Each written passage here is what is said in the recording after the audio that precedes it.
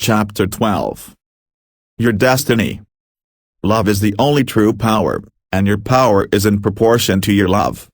When Scripture speaks of the violent taking the kingdom by storm, it is not referring to violent characters, but the power of love which gives the force necessary to rise to a higher level of awareness. There is no ultimate destiny for, understood psychologically, life is everlasting.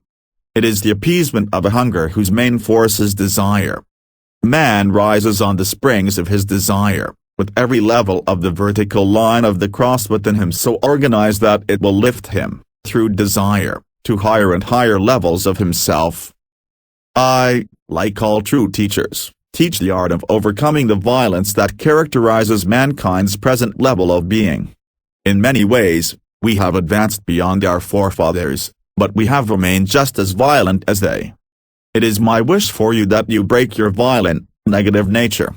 For if you will, you will rise in consciousness and find your destiny waiting for you.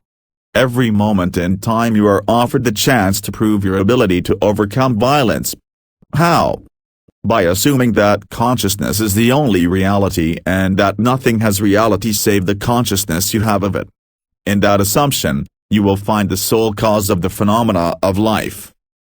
Your reactions to life define you, and as long as they remain as they are, your life will stay the same. Your world is but a projection of your state of awareness.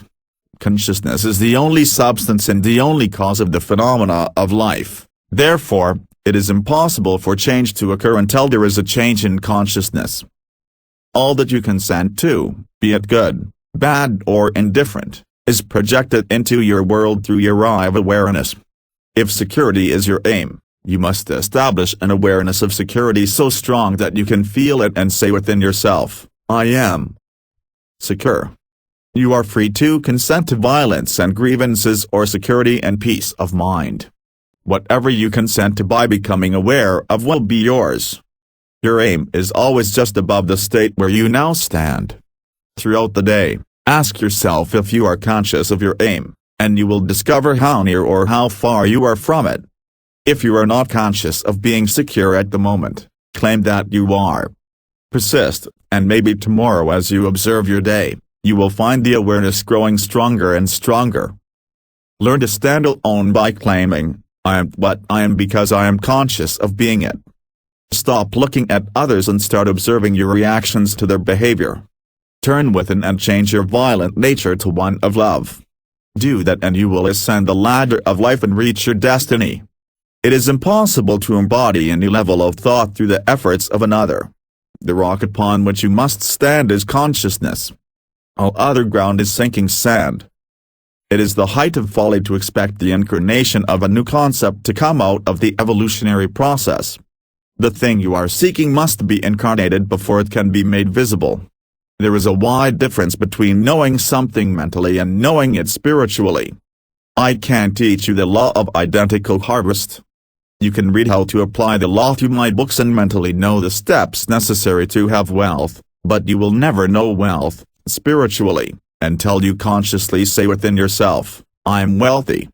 A man is sick because he is conscious of being so.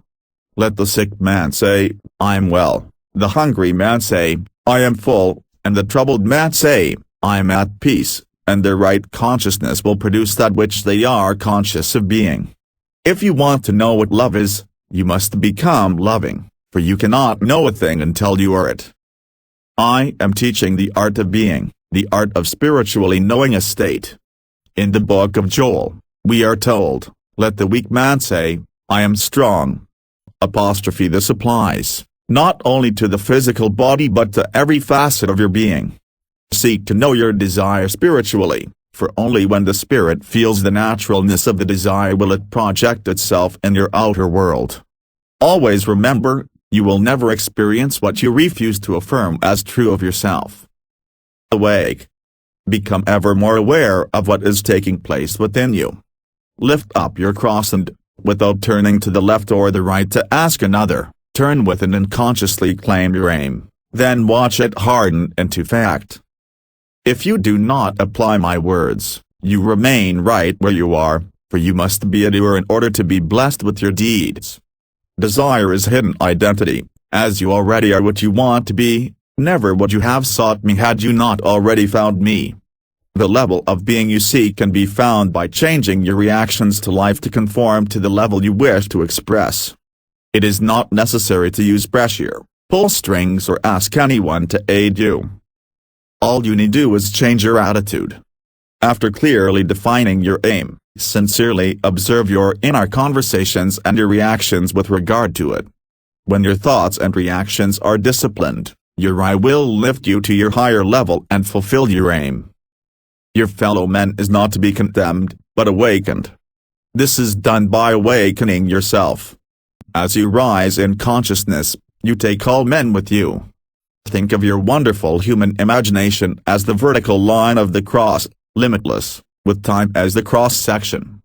You are free to ascend, or lift up, the cross, but you cannot rise until you deny your limitations. Christianity is a way of life. With your mental eyes wide open, adopt Christianity by becoming aware of what it is. If you do not like what you are encountering in life, rearrange your thoughts by changing your consciousness. Form the state you desire and occupy it in your mind. This is how you transform self. As you yield to the state desired, watch your world. It will transform itself into the ideal held in consciousness. Where you stand, the ground is holy, for you are the temple of the living God. Clear your mind of the trees of traditional thinking. Become pure in heart and you will see that consciousness is all and all is consciousness. You will discover that the state you are conscious of being is the state made manifest. No matter how reasoning justifies acts of violence, don't accept them.